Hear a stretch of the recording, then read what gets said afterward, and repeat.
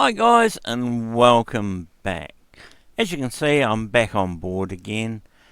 It's been a rough month or so from my last time I've done anything, and you may have seen the short video I put out. Things are starting to get back on track now. I've probably got about a couple of weeks worth of work to finish off, I hope by the end of the month, but I'm going to start with some work on here as well.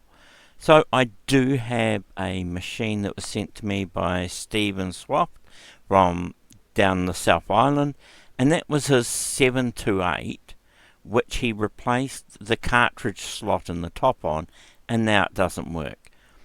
So I've got that on the bench, and I'm going to have a look at that and see if I can see what's going on. And I thought I'd do this as a bit of a toe step getting back into it, because I'm not quite ready to tackle the Dragon 32 or that at this stage. So I thought we'll have a look and see what we can find out with this, and see if there was any broken tracks, or he's put a couple of wires on there that he thinks will fix some breaks he had in traces. So I'm wondering we wind it all the way back and start again. So grab yourself some snacks, grab yourself a drink, and get that comfy chair. And once again, let's get on with it. Stand by for action. Okay guys, so I've unscrewed the case and I have taken the screws out of the two boards and flipped them over. Everything is still connected. I'll just show you. Everything is still connected by the horrible clear coated wires and via the power supply and that. I'm going to talk to Stephen to see if he wants me to put the flexible cable that's unpluggable onto these, or even just on the keyboard. It makes it easier to work on instead of having to muck around with it. So I'll have a word to Stephen about that if he wants me to do that. We can leave this one for now. This one just makes life a whole lot easier. If you do it with the power video board and the main board, it means you can work on the two separately without having to drag the pair around and inadvertently breaking one of the connections on the board. So anyway, I will email Stephen and have a word to him about that. But what I'll do, as I was showing you, I just have it flipped over. And as we can see on here, he's put a couple of wires on here that he says there was an issue with a brake. That one to me doesn't look very good. This one is going somewhere, but the track runs down here. I'm not sure what he's doing with that. But I do have the schematics for the 728 for the Spectra video. So I'll pull them out and find out where each of these pins are meant to go. But I'm also going to use my lighted magnifying glass. And I'm going to have a check over all the tracks that are on here. But I do want to desolder these wires and get them out the way first. And then what I'll do is I'll go through and check all this to see if there is an issue with it or not. And then we'll come back to it. Right guys? So I will do that and then we'll be back shortly to see what the diagnosis is. Okay, so I've gotten those bodge wires and that off that Stephen's put on there. I did notice there was a couple of little wires shorting on a few pins and I've removed those as well. So what I'll do now is I need to put my high magnifying glasses on and just check all these tracks just to make sure that there's no breaks in that. Stephen said there was some breaks in the pads or something like that. I need to just check those and make sure that's not the case. So I'll do all that. It's a bit hard to do for you guys to watch me doing it because I'm going to be over the top of the board all the time. So I will go ahead and do that and then we'll get back to you and I'll let you know if I find anything. It may be to the point I have to desolder this and take it out to check the tracks, because it could be tracks on the other side that's the problem. But anyway, I will get on to this and we'll see how far we go. Alrighty, I'll be back shortly. Right guys, we're back at it. I did talk to Stephen about doing the keyboard on the 728 and he said yeah, he says he hates he hates these hard plastic ribbons as well. So I've cut that and desolder it, and the glue they used on the board side in here, it was in this part of the board where it was stuck down, was softer and stickier than the 328, 318 boards I've done. It was not very nice. It was almost as if someone had replaced it and put more modern glue into it. It was not nice to get off. I did get there and clean the holes out, and I've put a header connector on here. I haven't soldered this in yet. I've only just put it in. I've got to solder that up, and then I've got to look at this side of it. Now I did look at this. He said I could do this side as well if I wanted to. The problem I've come across here is the small connector here, which is a lot of the video connectors and stuff, because I'll just bring it up and show you that. That's the video connector, and you see that one's all the voltages. Now the voltage ones are these heavy wires, these heavy white ones. Now they go into those voltage holes along here. The problem I've found is they're not a standard spacing for any of the connectors I've got. So I've gone through all the different ones I've got here, JTSs and so forth, and HX connectors, and DuPonts, and PC power style connectors and so forth. I've gone through all those, and none of them fit that format. So what I'm picking I may have to do is to get another set of these wires, and probably either put a socket or a plug on one end of the white wires, and then put another set of wires in here with a socket on it, so I can plug it together one way round. This one will be fine. I can actually make one up for this. This is a standard connector, these ones. So for that one there, for the clear one, I'll replace that with a bit of ribbon cable and just go directly from there into this one. That'll be fine, as with the keyboard.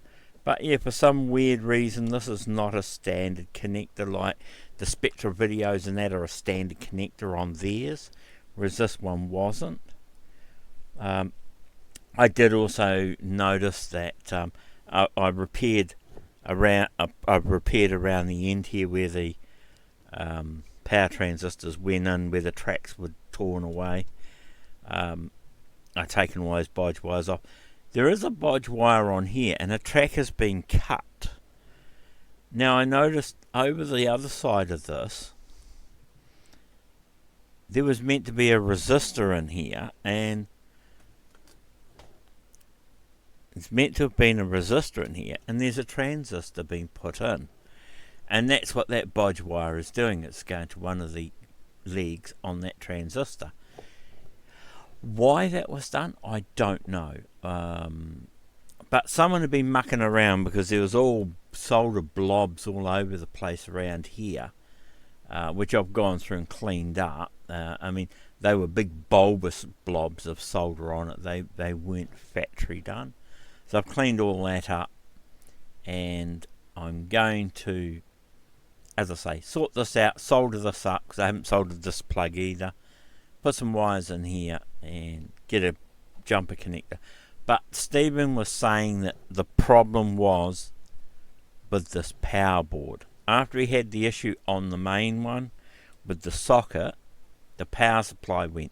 Then ever since he replaced these, and that's where the damage from underneath here came from. He didn't have a desoldering gun back then, so it was a little bit unfortunate. But anyway, he said that since he done that, it's not getting the right voltages to the board. So that's another good way when you have this. If you can make them pluggable, that means you can work on these independently of having the board plugged in and damaging the board. Alright, so that's just something to think on. Now I've metered out this plug here, and as far as I can find, every pin on here is consistent to the rear connector, to the large rear connector, and this one, and these also go to the through hole connectors and the other ICs that are on the board here fine. So as I can see, every pin is going to where it should do. I want to sort this out first and get the power side of this sorted, so I'm getting the correct voltages out of here. If we can get that, then I think we'll be fine to power this up, and then check along the connector here to make sure we're getting the right signals along here, and we can do that with the schematics. So I think that's going to be my next thing, is putting a cable in here and putting a socket on one end and a plug on the other so I can clip it together. And I will do something with this. I'll make it, because that was just soldered onto the earth tab here, so I may put a right angle pin on it, and that way then I can put a socket on here and it can just plug on as an earth. Pity it wasn't a bit longer, and could screw it in one. We might be able to actually. That goes like that. So they take that there for an earth. Why didn't they bring it down here and just put a lug on it and screw it into that? I mean, why run a mile of cable to go for an earth down the other end? I mean, you can just put the earth on down here. I don't know. I don't know why these people do these things. But we can put it back there. There's no harm in it being there, I suppose. Alright, so that's what I'm going to do. I mean, I want to get this horrible glue off. And this is the glue that's on the Spectra videos. This one here. And it's like a wax, but it goes very hard. But it breaks and comes off very easily, as I got it off on the other board, on the power board.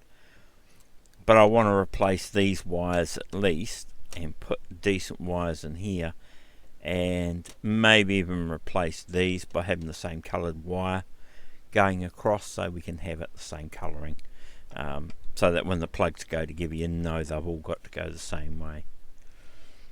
Right, so I'm going to get on and do that, and then we'll come back to hopefully checking this out to try and find what's going on with the voltages in here.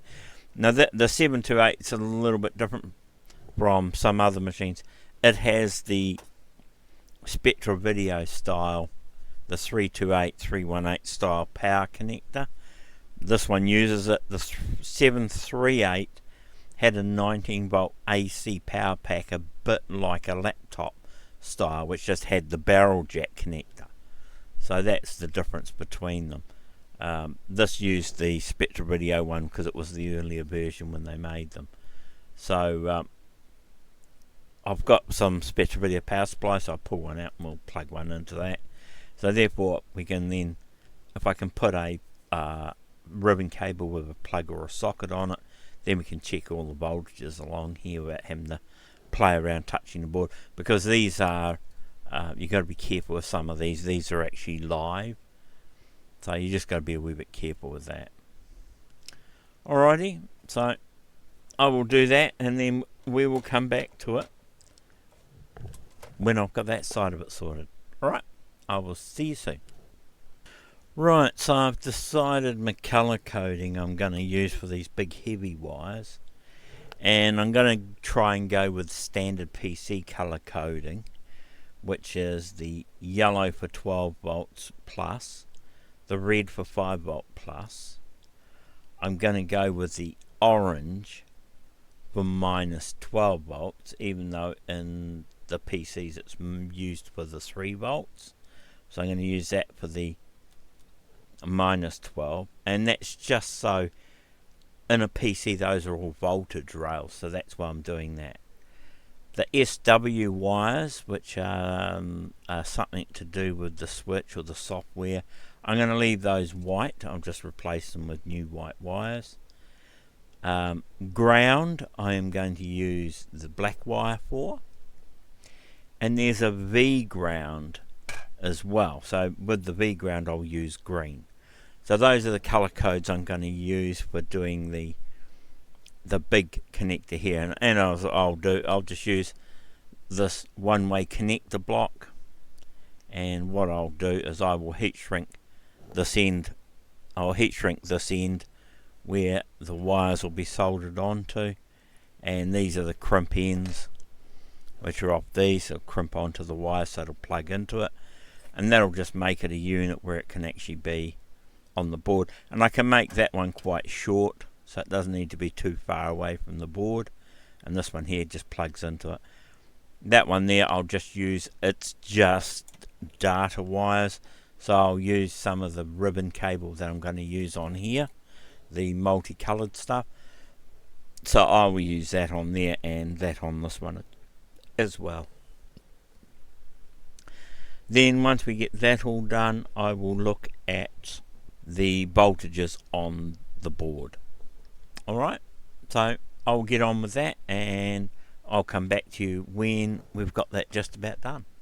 Alright, I'll see you soon. Right guys, so what I've done is I've got all those crimped with the male connector on one end and just bare wire on the other. One thing to remember is when you make these, always check for continuity.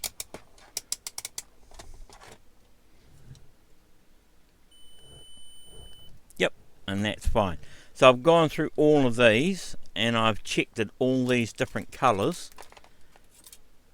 for continuity, and they all work fine all the way through the wire.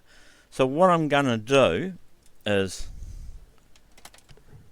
now I've got them to here, I'm going to solder them, and on the end of me helping hands here I've got the header pin that's going to go on this side here. So the wires are going to get soldered to that, and then they'll get soldered into their holes along the board. And so I've oriented this the one way I want it to. So then once I get that sorted, then I can take these off, and the other ends of the wires can be, because I'll cut them all to length, I'll cut them down and cut them all to length, and then I can pop them in the holes and solder them all in. And I can do the same on this side here, so they're colour matched across, and that way I know that my shortest wire I have here is gonna be the longest I can make them. So that's what I need to do. But I decided to do it this way, and as I said, these two NSW wires, I'm just going to leave them white, because every wire on here is white. But I want to colour code the power wires, so that's why I'm going to do that. And I'll do the same when I do this one too. I'll actually colour code this one, because I do have to solder those in, and the header pin up here, and I'll do those when I solder the wires into the back of this board here. So I will get on now and I will solder up this connector, so then I can actually solder it into the board here, and we'll take it from there. Alright, I'll see you soon. And so, okay guys, one thing to remember is when you are soldering connectors etc to the ends of these plugs, you need to use heat shrink. And you can get some nice little kits of different size heat shrinks, and I bought a pack off Temu, I think it was. I'll just get them out of the box. But you can buy a nice little kit from Temu, and they go from the really large ones down, next size down, next size down, next size down, next one down, next one down again. These are the ones I'm using now, and they go down to the really tiny ones. These are only just fit over the wire I'm doing, so I don't want those. I want some movement on it, and so I'm using the next ones up. And then I cut it, slide it onto the wire down to the other end, solder it on, and then I solder it onto here, slide it down, and then with a hot air gun I just heat the heat shrink up and bind it around the pin. That way I can do each individual one, and I'm not going to make them short. So and I'm going colour as I've gone across here. So that's I started at one end. That's the V ground, which is green. The next one is ground, which is black. And then we go down the other colours as I've set out down the track. I'm not going to worry about trying to colour code the heat shrink. I'll just use whatever colours I've got, because you tell by the colour of the wire. But I just sort of thought I'd mention that to you. Really, really, really handy stuff. You need to have it around. And I find they're not too long, but then you don't really need huge ass long pieces of heat shrink. And these are all in plastic bags of the different sizes, and you get 2, 3, 4, 5, 6, 7, 8 different sizes, which is more than enough for what you need.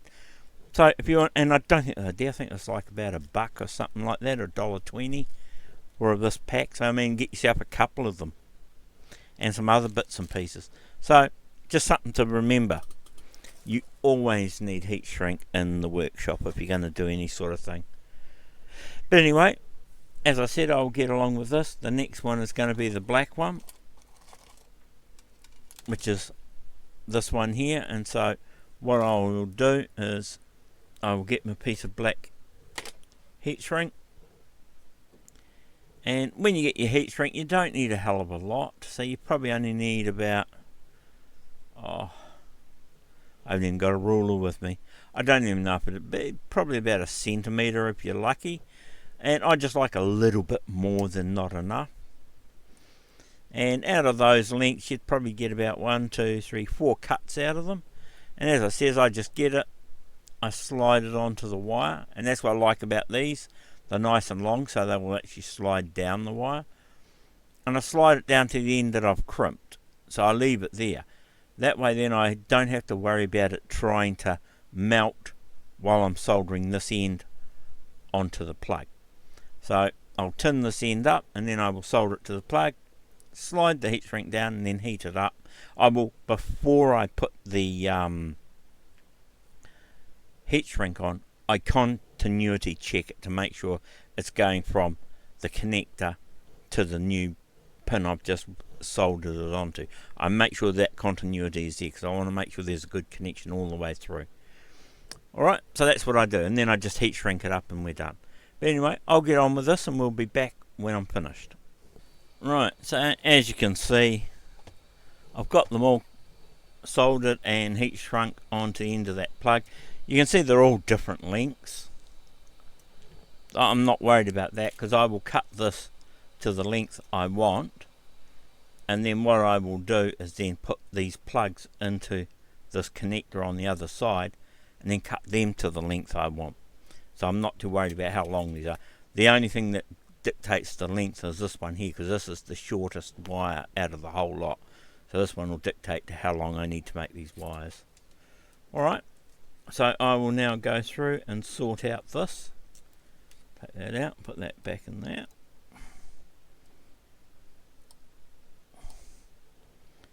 And I will move that out of the way, I don't need it. Alrighty, so I'll carry on with this, and then I'll get back to you when I'm closer to doing the next bit. Okay guys, so I've soldered the first side of this plug in. As you can see, it's all soldered in on this side here.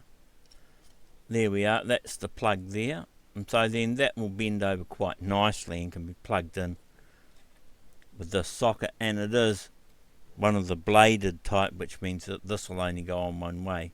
So then that'll slide in onto it and make connection from the other side, and they're colour coded pins across. As you can see, it just makes it a little bit easier to know what's what. So I might just put a little bit of hot glue over that maybe, and that should set that all up. But as you can see, that will go across there like that, and then that'll go down on the other side and onto here. And so that should make that connection. So, and if you ever need to take the power supply out, it's a matter of undo this plug, undo that plug, and you can take the whole thing out. And the same as when I do the motherboard, it'll be the same thing. You can unplug it, take the motherboard out, unplug the keyboard, and away you go. You can work on them separately. For the cost of a few cents in manufacturing, Why they never did it, I do not know. I really don't. But anyway, that's that part done. I need to solder in this bottom socket, and then what I will then do is work on the other board. So I will get on and do that now. I will solder in this little socket at the bottom. Well guys, that was short work with the desoldering gun to get all these bits out. So, yep, really worth their weight in gold, the old desoldering gun. You really, if you haven't got one and you're doing this sort of work, you need to get one. It just makes life so much easier. You don't have issues with lifting traces. So long as you're careful, you can still do it with a gun. But yes, it just makes life a lot easier. Alright, so I've got all those out. So now what I've got to do is look around putting these ones in, and then making up a cable with the right connector on it for here. For this one here, which is just out of some ribbon cable which I have up there. So I will get on and do that, and I will catch you back shortly. Okay, so I've got all that done now. So that's the short one, and that's the heavy duty power one. So this is the data one. So those are all set up, and as I said, you can see how now the only one I have to do is the surf strap. As you can see now, it's easier to actually unclip everything to take it out, and the keyboard will be the same on the header over the front here to this main board. It'll have the ribbon cable in here. I will now get back to doing the keyboard, and we'll put the ribbon cable on that. I'll see you soon. So guys, getting there slowly, as you can see. It's a tedious job to do this. After you take the wire out, because you've got to do each of these individually, and you've got to shorten them to the centre, and then you've got to lengthen them back out the other side to get the wire to sit square. So it is a tedious job to do, but it's just one you've got to do. So once I've done all this, I'll hot glue this down onto this board again so it doesn't move, and then I can look at doing the plug on the other end. Alrighty, so we'll see you shortly. Well guys, so I've put hot glue on the end of the ribbon cable for the keyboard, and looking at this membrane that goes down on the gold contacts, it actually looks quite grubby inside the caps where the carbon pad is. So I'm going to have to, I'll give that a clean in that anyway, and putting the DuPont connectors on the other end of these, or the JTS connectors on the other end of this. This is a 21 wire connector, and I don't have any 21 wire plug connectors, but I do have a kit set which goes from 1, 2, 4, 5, 6, 8 and 10 connectors. So what I decided to do is I've taken 6 off one side, 5 off the other, and I'm going to put the 10 in the middle, and I'll put the 6 on one side and the 5 on the other side, and then that just stops it from being mucked up to which way round it'll go on. It'll only go on one way. And what I will do is I will mark one of the, on this end one, when this one goes on, I will mark one side here and also mark it on the motherboard as well, so we know which one is pin 1 when it plugs back in. And of course these are just the little connectors that are got to go inside these once I do the wires. But what, as I always say too, is when I'm doing these sorts of connectors, when I want reliability, a lot of people will just strip the wire, pop these in and crimp them. I don't. I strip it back and I tin it. I tin the end. I find it gives a better crimp and it holds better on these little plugs before you put them in to the header blocks. I just find it tends to be a bit better, and I tend to find they don't fray as easy because the wire is not such a thin strand on its own, and it tends to be sold together as a group. So that's the way I do it. I mean, if you guys have had better luck just stripping it and crimping it, good on you. I just find that this, for me, is a better connection and a better bond. Alright, so that's where I'm up to, so I'll get on and I'll do that, and I'll clean this, and then I'll just put this keyboard all back together, and then we'll come back to doing the testing on the power supply. Alright, so I will see you shortly. Well guys, there we go. I was hoping this was going to be a nice, easy, simple repair and so forth. A little bit more to do than I thought, and doing these extra jobs now is just going to save somebody else the hassle later on. And some people go, oh, but why bother? It could be you that's going to have to do this later on. Would you have liked somebody else to have done it for you? Some of you yes, some of you no. I think most of you would say yes, it would be nice if somebody has already done it so it's easier to work on. So this is why I'm going to do it. Anyway, there will be a part 2 to this, and that will be when I'm checking out the power supply to try and find out where the problem is in it.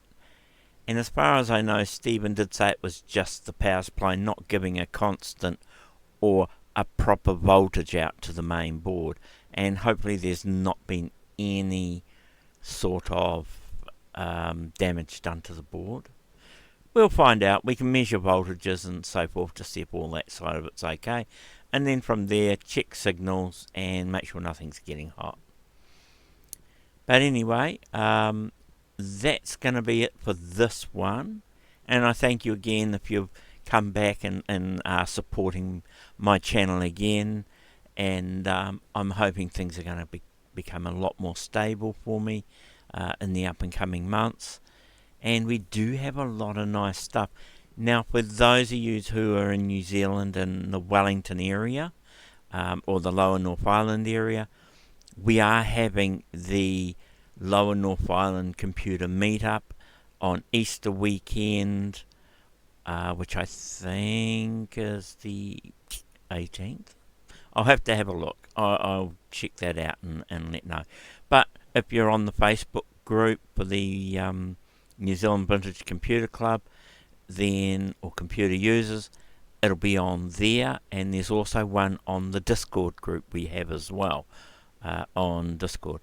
So go on and check there. It is only, I asked for $15 for a table to display your stuff, and if you want to sell bits and pieces, it's an extra cost for another table for doing that. And this is just all to help to pay for the hall and the coffee and tea and stuff like that. So don't forget, guys, if you want to come along to this, you're more than welcome to come along and have a look and a meet up with everybody. It's starting from about 9 AM. I think there's the group get together, and then we're going to break for lunch, and then we will go into the public, opening up to the public in the afternoon, and showing our bits and pieces and that sort of thing, and how they work, and letting them have a play on them and so forth. I know Al from Al's Geek Lab, he is going to video it, and it will be on his channel as well. So thanks for doing that, Al, and I might ask you for a copy of the video, or I will look at just linking it into your video on that at some stage. This year I don't know if I'm going to have time to put a display in. I usually try to every year, but just with what I've had happen to me over this part of the year and the way things have gone, I have not had the time to put into getting some of these lovely old beasts up to the point I feel happy displaying them and people having a play with them. So I might be there as a social butterfly again this year. Well, I hope to see some of you there, and as I say, keep safe, be kind, and until next time, ciao.